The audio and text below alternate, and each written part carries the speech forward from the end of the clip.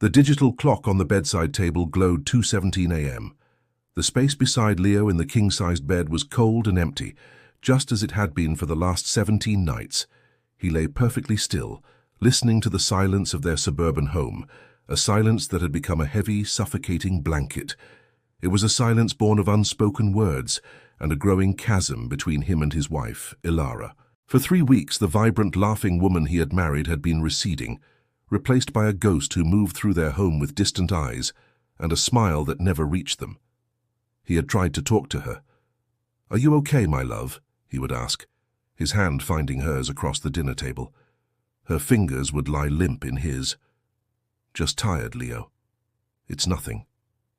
But it was not nothing. He was her architect, a man who built his life on observable facts and solid foundations. The foundation of his marriage was cracking, and he could not find the source of the fault line.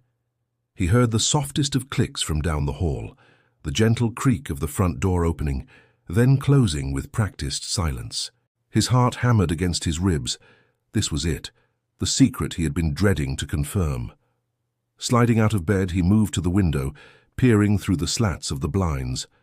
Ilara, a slender figure in a dark coat, was already a shadow moving down their manicured driveway. She did not get into a car. She turned and walked, her pace purposeful, toward the edge of their neighborhood where the streetlights ended and the ancient woods began. A cold dread, entirely different from the fear of another man, seeped into him. The woods were vast, dark, and held no answers he was prepared to hear. Pulling on jeans and a sweatshirt, he slipped his feet into sneakers. He had to know, he had to follow. The night air was crisp, biting at his exposed skin. He kept a safe distance, using trees and the deep shadows of houses as cover. Ilara moved with an unerring confidence he found both fascinating and terrifying. She knew this path. She had walked it many times before. She disappeared into the tree line, a spectre swallowed by the forest. Leo followed, the crunch of his own footsteps sounding like gunshots in the stillness. The civilized world fell away behind him, replaced by the primordial darkness of the woods. The moon offered little light, filtering through the dense canopy and fractured silver beams. He lost sight of her for a heart-stopping moment, then saw a flicker of movement ahead. He quickened his pace, his breath pluming in the cold air. What was she doing out here? Meeting someone, involved in something dangerous? His mind conjured 100 terrifying scenarios, each more awful than the last. He pushed through a thicket of brambles, the thorns catching on his sleeve. Then he saw it, a soft golden light flickering in a small clearing up ahead. It was not the harsh beam of a flashlight, but the warm, living glow of firelight. He crept closer, his pulse a frantic drum in his ears. He moved to the edge of the clearing, hidden by the broad trunk of an old oak tree, and finally saw what his wife did in the dead of night. The forest floor was a treacherous carpet of damp leaves and gnarled roots. Leo moved with a clumsiness born of anxiety, his city-softened senses struggling against the wilderness. The air grew colder, thick with the smell of decay and the clean scent of pine. Every snap of a twig under his boot sounded like a gunshot in the oppressive silence, and he froze each time, convinced Ilara would hear him. Her light, however, continued its steady, determined path deeper into the woods, seemingly oblivious to his presence. He kept a careful distance, using the thick trunks of ancient oaks and dense clusters of ferns as cover. The forest was different at night, transformed from a place of rustic beauty into a labyrinth of menacing shapes and imagined sounds. He thought of the stories his grandfather used to tell about this land, of strange lights and things that weren't quite animal, not quite human. He'd dismissed them as folk tales, but now, fueled by suspicion and fear, his imagination ran wild. What kind of rendezvous happens this deep in the woods? It wasn't a romantic tryst. This was something else, something that required this level of isolation. His mind churned with darker alternatives. Was she in some kind of trouble? A debt he didn't know about? The collapse of his business had left them financially vulnerable. Had she gotten involved in something desperate to make ends meet, something she was too ashamed to tell him about? The thought sent a jolt of protective fear through him, momentarily eclipsing his jealousy. After what felt like an hour of tense pursuit, her light stopped. Leo crouched behind a moss-covered boulder, his breath held tight in his chest. He was in a part of the forest he didn't recognize, a dense, untamed section far from any marked trails.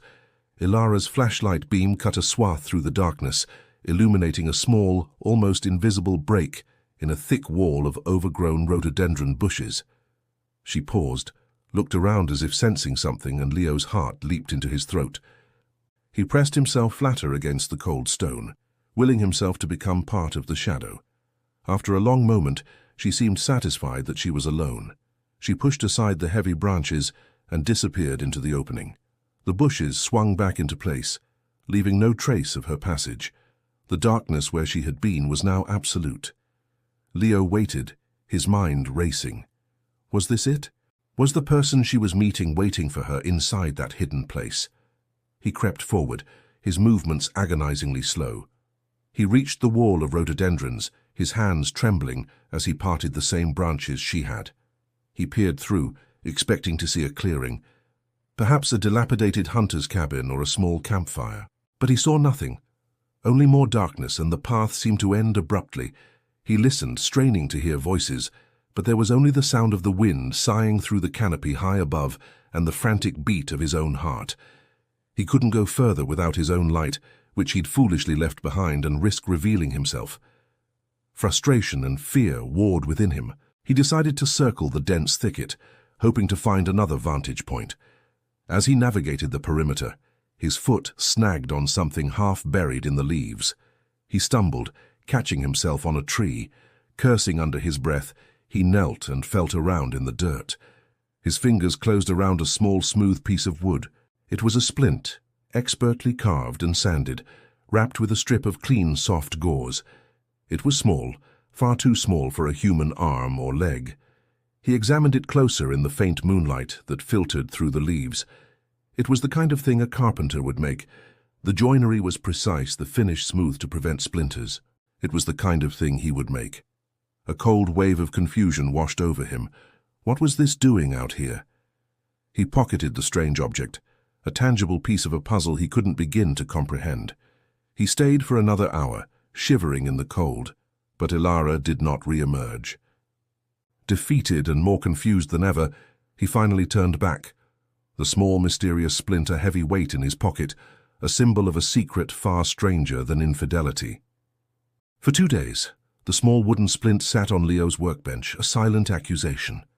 His discovery in the forest had not brought clarity, only a deeper, more bewildering mystery. The image of Ilara disappearing into that wall of bushes was burned into his mind. The splint felt like a clue from a foreign language, its meaning just beyond his grasp. His suspicion hadn't vanished, but it had shifted, morphing into a profound sense of unease. He knew he had to go back. This time, he was prepared. He dressed in his darkest clothes, his face smudged with charcoal from the workshop stove, and equipped himself with a small, powerful flashlight with a red filter to minimize its visibility. He also brought a pair of binoculars. He felt like a spy in his own life, a trespasser on the territory of his own marriage. The shame of it was a bitter taste in his mouth, but the need to know was stronger.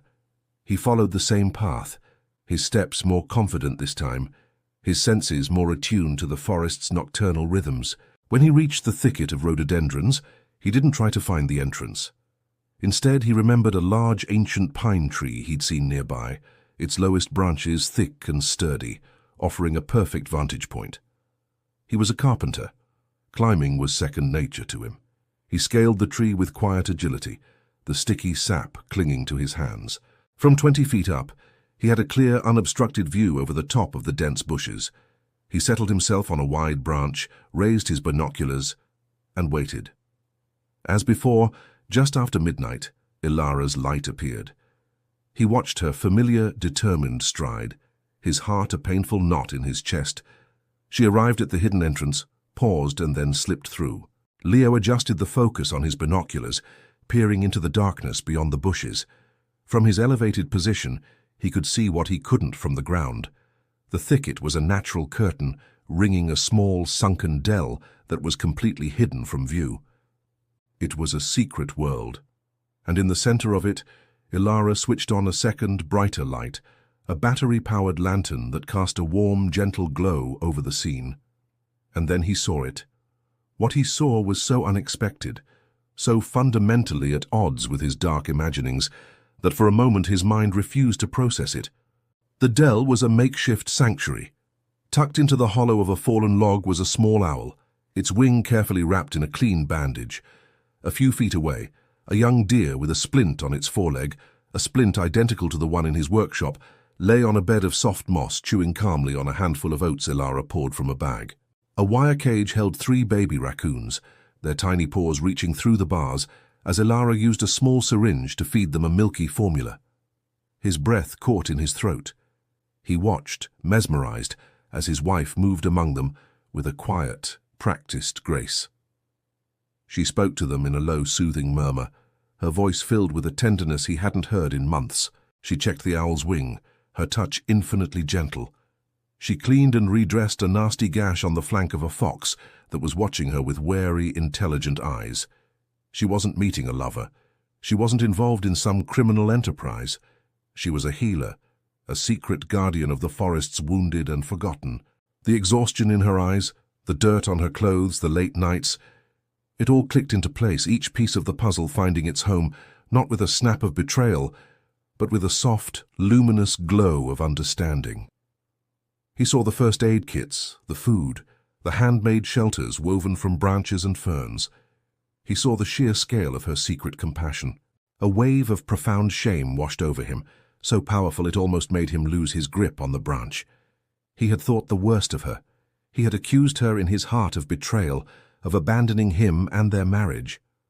While he was wallowing in his own insecurity and suspicion, she was out here night after night, performing these small, breathtaking acts of mercy. The distance he'd felt from her wasn't a rejection of him. It was the weight of this beautiful, exhausting secret. It changed everything. The foundation of his world didn't crumble. It was obliterated and rebuilt in a single, silent moment of revelation, leaving him staring down at a woman he realized he hardly knew at all, and loved more than he had ever thought possible. Leo remained in the tree for over an hour, a silent, motionless observer. He watched Ilara work, every gentle touch and soft-spoken word a dagger of guilt in his own heart. The sheer logistics of her operation were staggering. She had to carry in food, fresh water and medical supplies, all while maintaining absolute secrecy. He finally understood the deep, bone-weary exhaustion he saw in her every morning. She was living a double life, not of deceit, but of profound, selfless care. The descent from the tree was far more difficult than the climb. His limbs were stiff, but it was his spirit that felt heavy, weighted down by the ugliness of his own suspicion. He landed softly on the pine needles below and knew he couldn't let this continue. He couldn't let her carry this burden alone for one more night, and he couldn't live with himself knowing he had stood by, judging her from the shadows. He had to face her. He walked to the hidden entrance in the rhododendrons, his heart hammering against his ribs. He pushed the branches aside and stepped into the dell. The sudden rustle of leaves made Ilara spin around, her body instantly tensing. She held up a heavy flashlight like a weapon, her face pale and frightened in its beam. The animals stirred, sensing her alarm. The fox let out a low growl. "Ilara," he said, his voice raspy. Her name hung in the air between them. Her eyes widened, first in shock, then in a flash of anger that was quickly followed by a heartbreaking look of betrayal. It was the very look he had feared seeing if she'd caught him with another woman, and the irony was crushing. "Leo, what are you doing here?" she whispered, her voice trembling. "How did you... Have you been following me?" He couldn't lie, not now.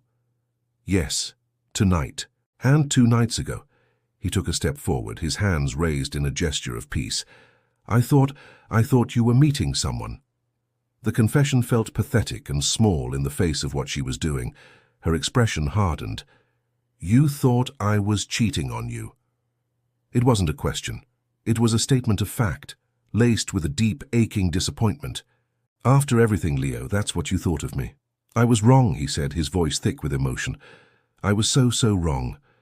I saw the late nights, the secrets, and my own stupid pride filled in the blanks with the worst possible story. I am so sorry, Ilara." He gestured around the magical, impossible clearing. "What is all this?" She lowered the flashlight, her shoulders slumping with the weight of her revealed secret. She sank onto a mossy log, and the story came tumbling out, hesitant at first, then flowing like a river. It had started 6 months ago, with a single fawn she'd found by the side of the road, its mother gone, its leg clearly broken. She couldn't just leave it to die. She'd remembered this hidden dell from her childhood and had brought it here using her old Girl Scout knowledge to set its leg. She had nursed it back to health, intending to release it. But then she'd found the owl with the broken wing tangled in fishing line, then the fox caught in an illegal snare. The forest, it seemed, kept presenting her with its broken and its suffering, and she found she was incapable of turning away. "I didn't know how to tell you," she said, her gaze fixed on the ground. "We were just getting back on our feet after the business failed. I was spending money on supplies and I was so tired all the time. I was afraid you'd think I was being foolish, or that you'd try to stop me. I was afraid you'd see me as, broken." She finally looked at him, her eyes shining with unshed tears. "When I was a little girl, my dog, Rusty, got hit by a car. My parents said there was nothing to be done. They had him put down. I never forgave myself. I felt like I didn't try hard enough to save him." Her voice cracked.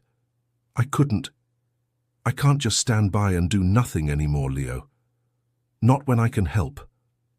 He closed the distance between them and knelt in the damp earth in front of her. He took her chapped, soil-stained hands in his. He saw it all now. This sanctuary wasn't just for the animals, it was for her too. It was her way of healing a wound she'd carried since childhood. He looked from her tear-streaked face to the wounded deer, to the trusting owl, and he understood that her heart was far bigger and braver than he had ever imagined. The secret that had almost torn them apart was, in fact, the most beautiful part of her. Leo looked at the raw, makeshift shelters and the ingeniously repurposed containers for food and water. He saw the love and dedication, but also the struggle. Ilara was doing so much with so little. Her efforts were heroic, but they were also unsustainable. She was one person trying to hold back an ocean of suffering with her bare hands. The sight of it filled him not just with admiration, but with a clear, undeniable sense of purpose. "You're not broken, Ilara," he said, his voice firm. "You're the strongest person I've ever known." He squeezed her hands. "But you can't do this alone anymore." She pulled her hands away, a flicker of fear in her eyes. "You're not going to make me stop, are you? I can't, I won't." "Stop?" He let out a short, incredulous laugh.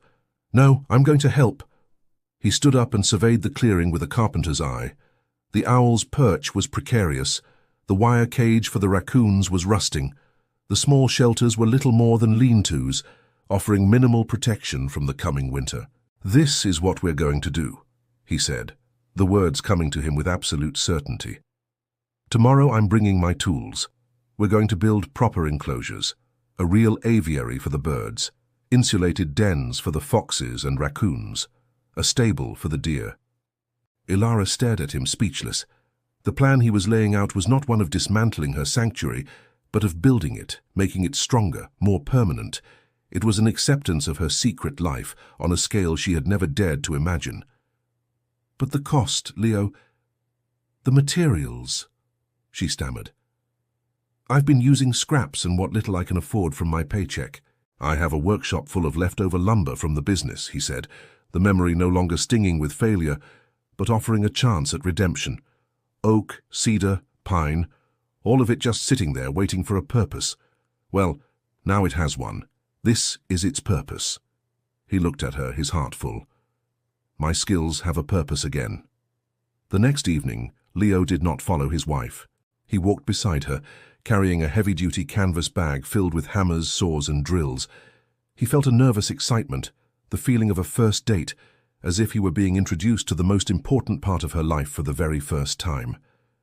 When they stepped into the dell and she switched on the lantern, he didn't feel like an intruder. He felt like he was coming home. He started with the owl. The creature watched him with its huge, unblinking yellow eyes as he worked. He chose a spot sheltered by the rock face, and, using cedar planks that would resist the damp, he began to construct a small, secure mews. He worked quietly and efficiently, his hands moving with the familiar confidence they had been missing for 2 years. He measured twice, cut once. He drove each nail with a quiet, satisfying thud. Ilara watched him, a look of quiet wonder on her face. Then she turned to her own tasks, feeding the raccoon kits, changing the dressing on the fox's wound. They worked in a comfortable silence, a silent partnership falling into place as naturally as a mortise and tenon joint. For the first time in months, there were no secrets between them, no unspoken questions hanging in the air. There was only the shared work. As the first hints of dawn began to lighten the eastern sky, Leo hammered the last piece of roofing into place. The structure was small but perfect, secure, dry, and with a perch at just the right height.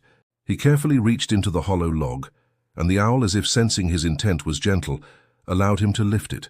He placed it inside its new home. The owl ruffled its feathers, hopped onto the perch, and swiveled its head to look at him. Ilara came to stand beside him, her shoulder brushing against his.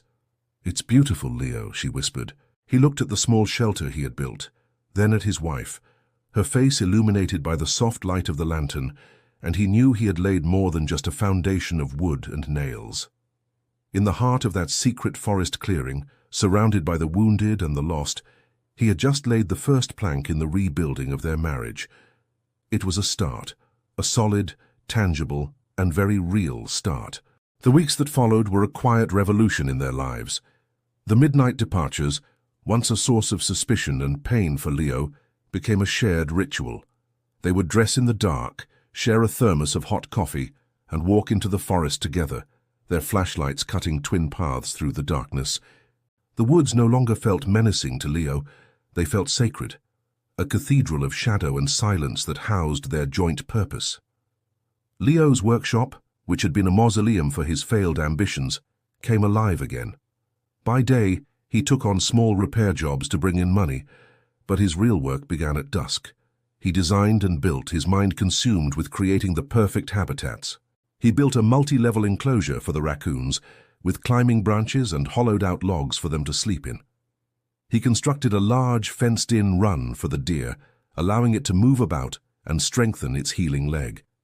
For the fox, he designed a den with a narrow, hidden entrance that mimicked a natural burrow, giving the wary animal a sense of security. Ilara, freed from the burden of construction, could now focus entirely on care. She read veterinary manuals, learning about animal nutrition and wound treatment. She developed a system for organizing their supplies and a schedule for feedings and treatments. Leo watched in awe as she confidently handled animals he would have been terrified to approach. She had an instinct, a connection with them that was almost mystical. She was no longer just a librarian. She was a healer, a protector, a whisperer to the wild. A new intimacy grew between them, forged in the shared labor and the quiet moments of the sanctuary. They communicated in a shorthand of knowing glances and half-finished sentences. He learned the specific cries of the raccoon kits when they were hungry. She learned the difference in the sound of his saw-cutting cedar versus pine. They would sit together on the mossy log, sharing a sandwich, and watch the owl test its mended wing with a few tentative flaps. One night a fierce autumn storm rolled in, the wind howling through the trees and the rain lashing down in icy sheets. They received a call from a neighbor on the other side of the valley. A massive oak had fallen across a fence line, and a young badger was trapped in the wreckage, its leg crushed. Without a moment's hesitation, they pulled on their heaviest rain gear. The rescue was a brutal, muddy affair. The badger was terrified and aggressive, snapping its powerful jaws at them. It took both of them to shift the heavy, splintered logs while trying to avoid the animal's panicked attacks. Leo used a small crowbar to pry apart the fencing that had pinned its leg, while Ilara used a thick blanket to shield herself as she soothed the animal with her calm, steady voice. Finally, they freed it. Ilara expertly wrapped the squirming, snarling badger in the blanket, and they carried it, heavy and sodden, the 2 miles back to the sanctuary. In the warm, dry glow of the lantern, they worked together to clean the wound and set the broken bone. Leo held the animal steady, his hands protected by thick leather gloves, while Ilara applied antiseptic and wrapped the leg in a fresh splint he had carved earlier that day. By the time they were finished, they were both soaked to the bone, covered in mud, and utterly exhausted. The badger was now calm, sedated by a mild pain reliever Ilara had administered, and resting in a new, dry enclosure Leo had prepared. They stood together, looking at their newest patient, the storm still raging outside their sheltered dell. Ilara leaned her head against his shoulder. "We did it," she whispered. Leo wrapped his arm around her, pulling her close. "No," he said, pressing a kiss into her wet hair. "You did it. I just carry the heavy stuff." She laughed, a real, genuine laugh that echoed in the small clearing. It was the most beautiful sound he had ever heard. In that moment he knew, with a certainty that settled deep in his bones, that they were no longer two separate people living in the same house. They were a team. Their secret world in the forest had not only saved the lives of its wounded inhabitants, it had saved their marriage, transforming the wreckage of their past into a foundation for a future he could never have predicted. They had found their purpose together, in the heart of the woods. The first snow of the season came early, a fine, crystalline powder that dusted the forest and turned their secret sanctuary into a scene from a fairy tale. The animals were secure in the winter-proofed enclosures Leo had built, and a fragile peace had settled over their lives. Their shared work had mended the rift between them, replacing suspicion with a deep, abiding trust. But the very isolation that had protected their secret was about to become their greatest threat. The notice arrived on a Monday, a sterile, official-looking letter tacked to the community bulletin board outside the town's general store. Leo saw it while picking up grain for the deer. The letterhead was from a company called Thorn Development Group, and the text was a cold legal announcement of a public hearing. The developer, a man named Marcus Thorn, had purchased the 1,000-acre tract of land that included the Blackwood Forest. His proposal was to clear-cut a significant portion of it to build a luxury golf resort and a series of gated executive homes. Leo's blood ran cold. He tore the notice from the board, his hands shaking. The map attached to the proposal was a nightmare in black and white. A thick red line designated the area for Phase 1 clearing, and it cut directly through the heart of the forest, right through the area where the sanctuary was hidden. According to the timeline, survey crews would be entering the woods within the week. He rushed home, the notice clutched in his hand. He found Ilara in the kitchen humming softly as she prepared a mash of berries and seeds for the birds. He laid the paper on the table without a word. She read it, and the color drained from her face. The small, peaceful world they had so carefully constructed was about to be obliterated by bulldozers and chainsaws. "They can't," she whispered, her voice barely audible. "This is a forest, not a construction site. These animals, where will they go?" "They don't care about the animals, Ilara," Leo said, his voice grim. "They care about property values and profit margins." He pointed to the name on the letterhead. "I've heard of Marcus Thorn. He's ruthless. He buys up rural land, pushes through zoning changes, and steamrolls any local opposition. He has a reputation for getting what he wants." That night, their journey into the forest was not one of quiet purpose, but of frantic urgency. They looked at their sanctuary not as a place of healing, but as a potential casualty of war. Every structure Leo had so lovingly built, every animal Ilara had so patiently nursed, was in the direct path of Thorn's ambition. The thought of the deer, the fox, and the others being terrified and scattered by the roar of machinery was unbearable. They discussed their options in hushed, desperate tones. Their first instinct was to move the animals, to find a new, safer location. But where? And how? Some of the animals, like the deer with its mended leg, were nearly ready for release, but others, like the owl and the young badger, were still too vulnerable to survive on their own. Moving them would be a massive undertaking, and there was no guarantee they could find another spot as secure and hidden as the dell. 2 days later, their worst fears were realized. While checking the perimeter of the sanctuary, Ilara found the first signs of the invasion. Bright orange survey ribbons tied to trees, marching in a brutally straight line that led perilously close to their hidden entrance. A few hundred yards away, she could hear the distant voices of men and the crackle of a walkie-talkie. Panic seized her. She raced back to the dell, her heart pounding. Leo saw the terror in her eyes and knew what she had found. "They're here," she breathed. "The surveyors. They're so close, Leo. If they find this place, they'll report it. Thorn will have it cleared without a second thought." They were faced with an impossible choice. Revealing the sanctuary to stop the development would expose them to legal trouble. Operating a wildlife rehabilitation center without licenses was illegal. The animals could be seized by the state, and they could face fines or even jail time. But staying silent meant certain destruction. The secret that had been their bond was now a cage, trapping them between the law and the bulldozer. That evening, Leo stood at the edge of the clearing, looking at the orange ribbons fluttering like malevolent flags in the twilight. He felt a surge of protective anger he hadn't felt since the day his business collapsed. But this was different. This wasn't about money or pride. This was about defending something pure and good. He looked back at the warm glow of the lantern in the dell, where Ilara was tending to her charges. He would not let Thorn destroy it. He didn't know how, but he knew they had to fight. Hiding was no longer an option. The decision to fight was one thing. Knowing how was another. Leo and Ilara spent a sleepless night debating their strategy. They were two people against a powerful and well-funded corporation. Their only asset was the moral high ground, but Leo knew that rarely won against a man like Marcus Thorn. Their first move was a direct appeal. The next morning they drove to the small temporary office Thorn's company had set up in town. The office was slick and modern, a stark contrast to the rustic charm of the town. Marcus Thorn himself was exactly as Leo had imagined, impeccably dressed with a cold, dismissive smile and the predatory stillness of a hawk. He was flanked by two men in suits who looked more like bodyguards than assistants. "Mr. Thorn," Ilara began, her voice steady despite the tremor Leo could feel in her hand, which he held tightly. "We're here to talk about the Blackwood Forest development. That land is not just an empty tract. It's a vital habitat for countless animals." Thorn leaned back in his expensive leather chair, a look of bored amusement on his face. "Mrs. Calloway," Ilara said.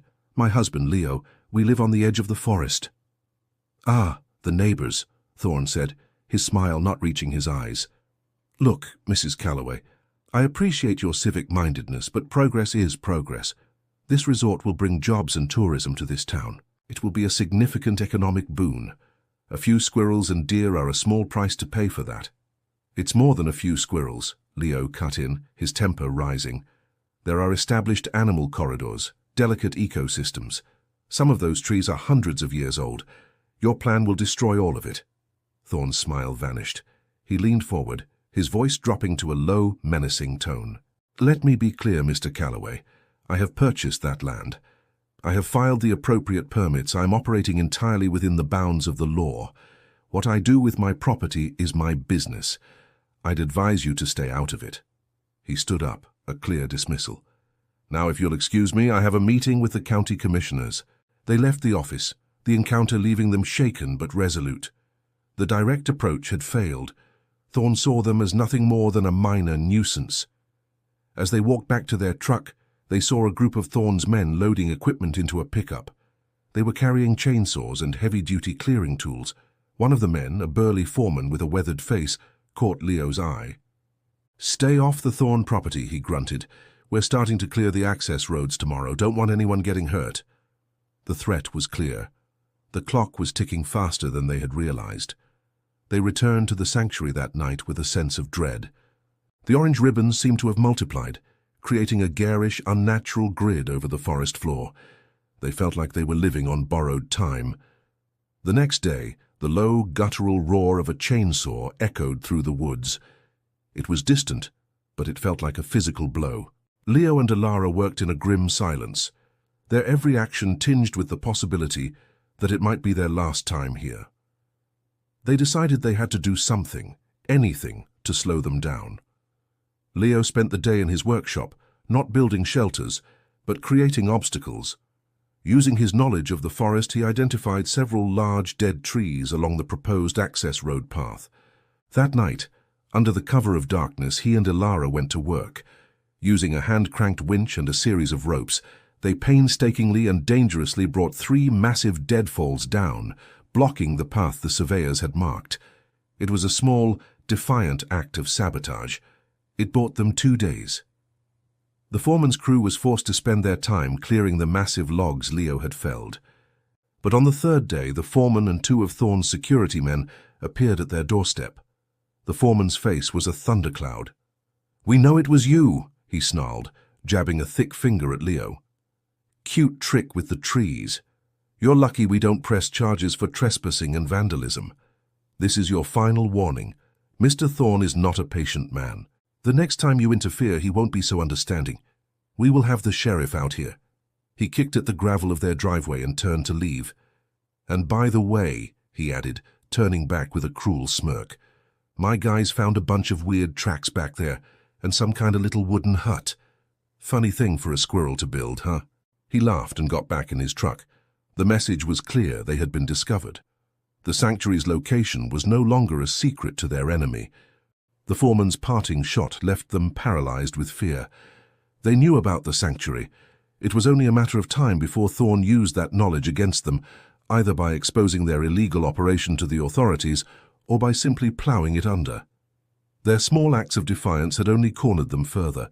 They were out of time and out of options. "We need help," Elara said that night, her voice strained. "We can't do this by ourselves. We need someone who understands the law, someone who understands animals." Her eyes lit up with a sliver of hope. Dr. Aris. Dr. Samuel Aris was the town's only veterinarian. He was a stern, no-nonsense man in his late 60s, known more for his skill than his bedside manner. He ran a small, overworked clinic and had a reputation for being a stickler for the rules. Approaching him with their illegal wildlife rehabilitation center was a tremendous risk. If he reported them, they would lose everything. But they were desperate. The next morning, they made a decision. Elara carefully bundled the smallest and most fragile of their patients, one of the raccoon kits, which had developed a respiratory infection, into a warm, blanket-lined carrier. It was a gamble, but they hoped that showing him one of the lives at stake might appeal to the veterinarian beneath the gruff exterior. They arrived at the clinic just as it opened. The waiting room was already filled with the low whines and anxious meows of the town pets. Dr. Aris emerged from the back, his face set in its usual grim lines. He looked surprised to see them without an animal carrier from a pet store. "We need to talk to you, Doctor," Leo said quietly. "It's an emergency, and it's confidential." Dr. Aris raised an eyebrow, his gaze falling on the bundled blanket in Elara's arms. "What have you got there? Another stray you think you can save?" His tone was weary, as if he'd had this conversation 1,000 times. Elara unfolded the blanket, revealing the tiny wheezing raccoon. "He's sick. We found him and his siblings orphaned a few weeks ago. He's not breathing right." The doctor's expression shifted instantly. He took the small creature from her, his large, rough hands surprisingly gentle. He listened to its chest with a stethoscope, his brow furrowed in concentration.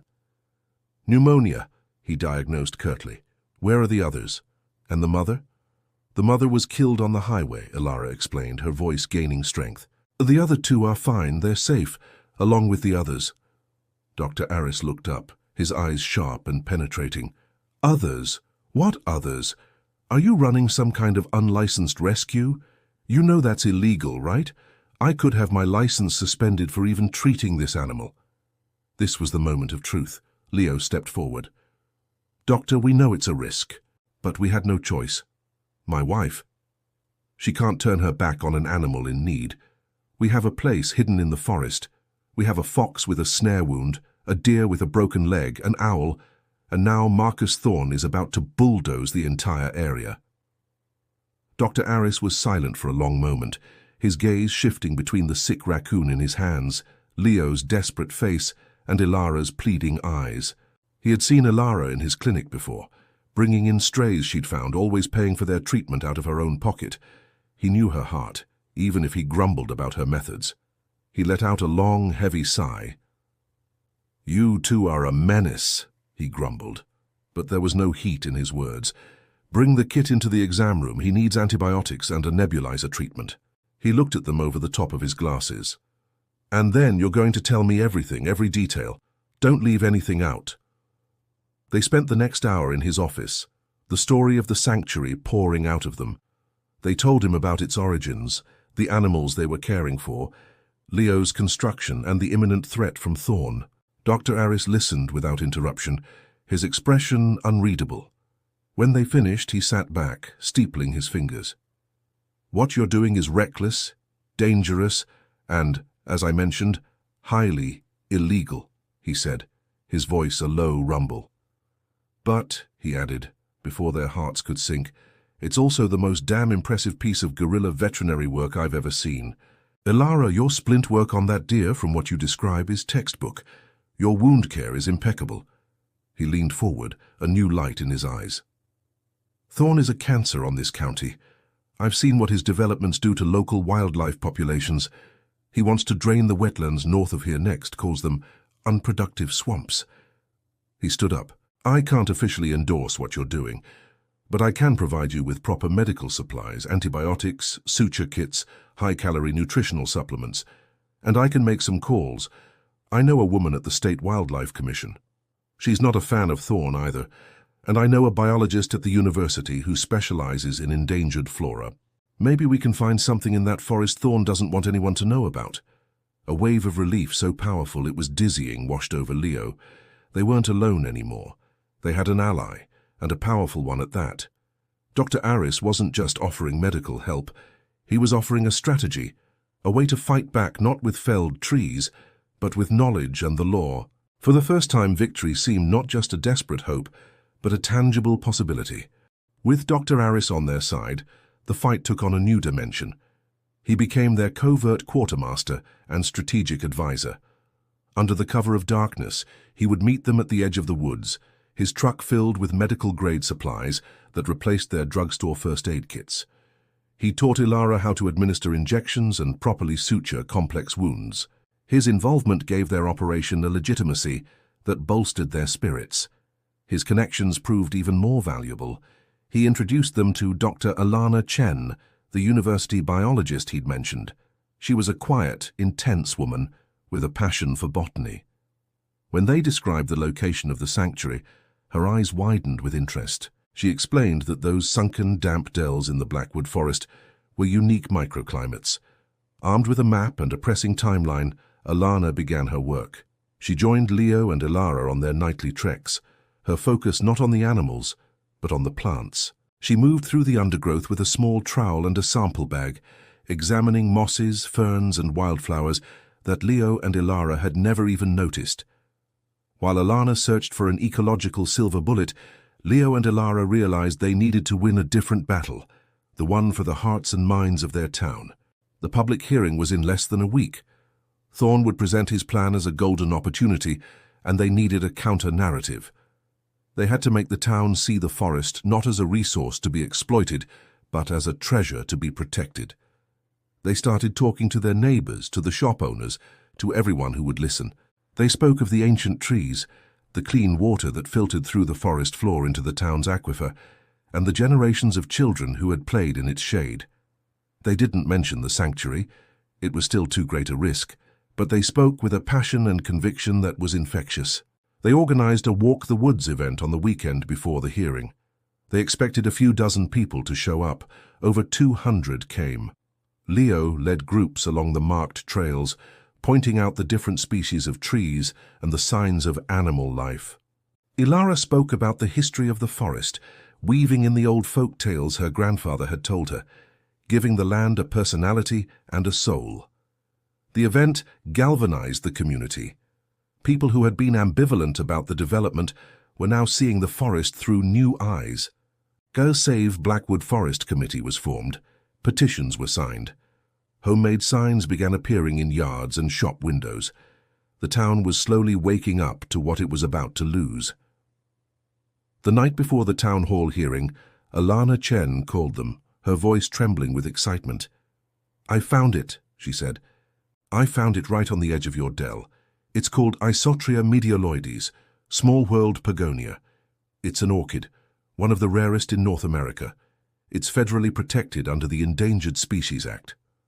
Leo's heart hammered in his chest. "What does that mean?" "It means," Alana said, and he could hear the smile in her voice, "that it is illegal to disturb its habitat in any way. If we can prove there's a viable population, it could halt the entire development. I've already sent samples to the university for verification and contacted the regional office of the Fish and Wildlife Service. They're fast-tracking it because of the imminent threat." They finally had their weapon. It was small, green, and unassuming, but it carried the full weight of federal law. The town hall was packed to the rafters. The air was thick with tension. Marcus Thorne and his team of lawyers and engineers gave a slick presentation filled with glossy architectural renderings and economic projections. He painted a picture of a prosperous future, dismissing the opposition as sentimental and anti-progress. Then it was the community's turn to speak. One by one, residents stood up. A retired schoolteacher spoke of taking her students on nature walks in the forest for 30 years. A local farmer talked about how the forest acted as a natural barrier, preventing soil erosion on his fields. A young mother spoke about wanting her children to grow up with a wild place to explore. Finally, it was Ilara's turn. She walked to the microphone, her hands shaking, but her voice clear and strong. She didn't speak about orchids or property lines. She spoke from the heart. A community is not just measured by its economy, but by what it chooses to protect, she said, her voice resonating through the silent hall. That forest has given us clean air, clean water, and a place of peace and beauty. It has asked for nothing in return. Now it is asking for our help. To trade something so ancient and vital for a golf course and a few dozen luxury homes is not progress. It's a failure of imagination. It's a failure of stewardship. It's a failure to see that the greatest wealth we have is the world we leave for our children. When she finished, there was a moment of stunned silence followed by an eruption of applause that shook the building. People were on their feet, clapping and cheering. Leo, standing in the back, felt a surge of pride so immense it brought tears to his eyes. They had done it. They had given the forest a voice.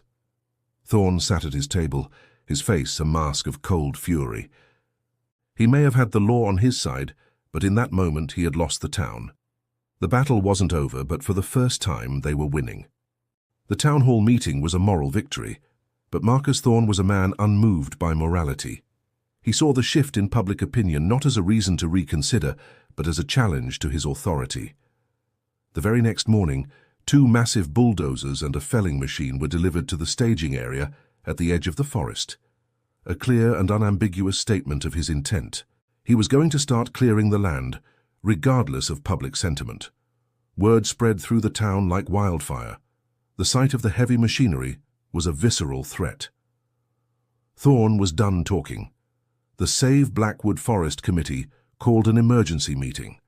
The mood was frantic. They had the petitions, they had the community support, but Thorne had the bulldozers. Alana Chen confirmed that the federal officials from the Fish and Wildlife Service were en route, but they were still a day away. Thorne knew this. His plan was to clear the area where the orchids were found before they could be officially documented, a strategy of destroy the evidence. He would pay the fine later, but the land would be cleared, and his project would proceed. "We have to stop them," Ilara said, her voice quiet but firm. "We have to buy Alana and the federal agents enough time." That afternoon a plan was formed, born of desperation and community spirit. It was simple, and it was dangerous. They would form a human barricade. As the sun rose the next day, a strange procession made its way to the edge of the forest. It was a small army of ordinary people. The retired schoolteacher, the farmer, the young mother with her baby and a carrier, shopkeepers and teenagers. Leo and Ilara were at the front, their faces grim but determined. They were joined by Dr. Aris, who had closed his clinic for the day, and Alana Chen, who carried a binder full of her preliminary findings. In all, nearly 100 people marched to the access road where the bulldozers were idling, their engines a low, threatening rumble. They formed a line, linking arms, standing directly in the path of the machines. The foreman, the same man who had threatened Leo, swaggered toward them, his face contorted in disbelief and rage. "Are you people crazy?" he yelled. "This is private property. You are trespassing. Get out of the way before someone gets hurt." No one moved. The line held firm. Leo stood shoulder to shoulder with Dr. Aris, his heart pounding but his resolve like steel. He looked at Ilara, her jaw set, her eyes fixed on the massive yellow machines. He had never been more proud of her, or of his town. The foreman spat on the ground and stomped back to the bulldozer. He climbed into the cab and revved the engine. The roar was deafening, and the ground vibrated. He inched the machine forward, its massive steel blade looming over them. The line of people flinched, but they did not break. A woman started singing a folk song, her voice thin and reedy at first. But then others joined in, their collective voices a fragile but defiant shield against the mechanical roar. The standoff was terrifying. The bulldozer was a dragon of steel and diesel, and they were armed with nothing but their own bodies and their conviction. Leo could see the conflict in the foreman's eyes. He was a bully, but he wasn't a murderer. He stopped the machine a mere 10 feet from their line. Just then, 2 vehicles came speeding down the dirt road. The first was a news van from a regional television station, alerted by a call from Dr. Aris's wife. A reporter and a cameraman jumped out, the camera immediately focusing on the dramatic scene. The second car was a dusty sedan with a government seal on the door. 2 officials from the Fish and Wildlife Service stepped out, their faces grim. They were followed by Marcus Thorne, who had clearly been summoned. Thorne's face was a mask of fury when he saw the news camera. He strode over to the federal agents. "This is a circus. I have every right to be here." One of the agents, a calm, authoritative woman, held up a hand. "Mr. Thorne, we have a credible report of a federally protected species on this land. All activity must cease until a full environmental impact study has been completed. That is the law." She then handed him an official stop work order. Thorne stared at the paper as if it were poison. He looked at the line of protesters, the news camera and the federal agents. He was trapped. For the first time he looked defeated. He crumpled the paper in his fist. "This isn't over," he snarled at Leo and Ilara before storming back to his car. A cheer erupted from the line of protesters. They had done it. They had stood their ground and won. The bulldozers powered down, their sudden silence a blessing. As the crowd began to celebrate, hugging and crying with relief, Ilara leaned against Leo, her body trembling with spent adrenaline. He wrapped his arms around her. "You were so brave," he whispered into her hair. She looked up at him, her eyes shining. "No," she said, mirroring the words he had spoken to her in the sanctuary weeks before. "We were." They looked out at the faces of their neighbors, their friends, the community that had come together to protect a piece of their world. Their secret was still safe, but their purpose was now shared. The stop work order gave them the breathing room they needed. The presence of the small world Pagonia, confirmed by federal botanists, was the sanctuary's salvation. Under the Endangered Species Act, Thorne's plan for a golf course was dead. The environmental impact study revealed the forest was far more ecologically significant than anyone had realized, leading the state to begin proceedings to acquire the land and designate it as a permanent nature preserve. The story of the small town that stood up to a powerful developer became a regional sensation. The news report of the standoff went viral, and the Save Blackwood Forest movement became a symbol of grassroots environmentalism. Marcus Thorne, facing a public relations nightmare and a string of legal challenges, quietly sold the land to the state for a fraction of what he had hoped to gain and disappeared from the county. For Leo and Ilara, the victory was profound. They had not only saved the sanctuary, but they had also helped save the entire forest. Their secret, however, was becoming harder to keep. The town's gratitude was immense, and they were hailed as heroes. People began to ask more questions about their deep knowledge of the woods. It was Dr. Aris who proposed the solution. With the forest now protected, he suggested they go legitimate. He helped them navigate the complex process of creating a non-profit organization and applying for the state and federal licenses required to operate a wildlife rehabilitation center. With Alana Chen's ecological data and testimonials from half the town, the process was smoother than they could have hoped. The Blackwood Wildlife Sanctuary was officially born. What was once a hidden secret dell became a recognized and respected institution.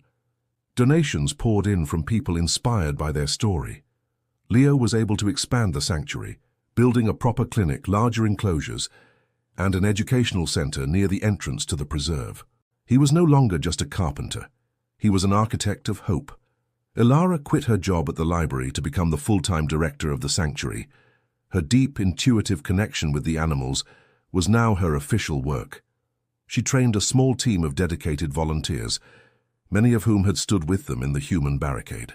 Her days were still long and exhausting, but the weariness was now coupled with a deep, abiding joy.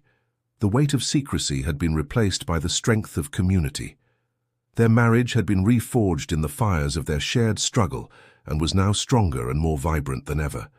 The silence that had once filled their home was replaced with the comfortable chatter of a true partnership.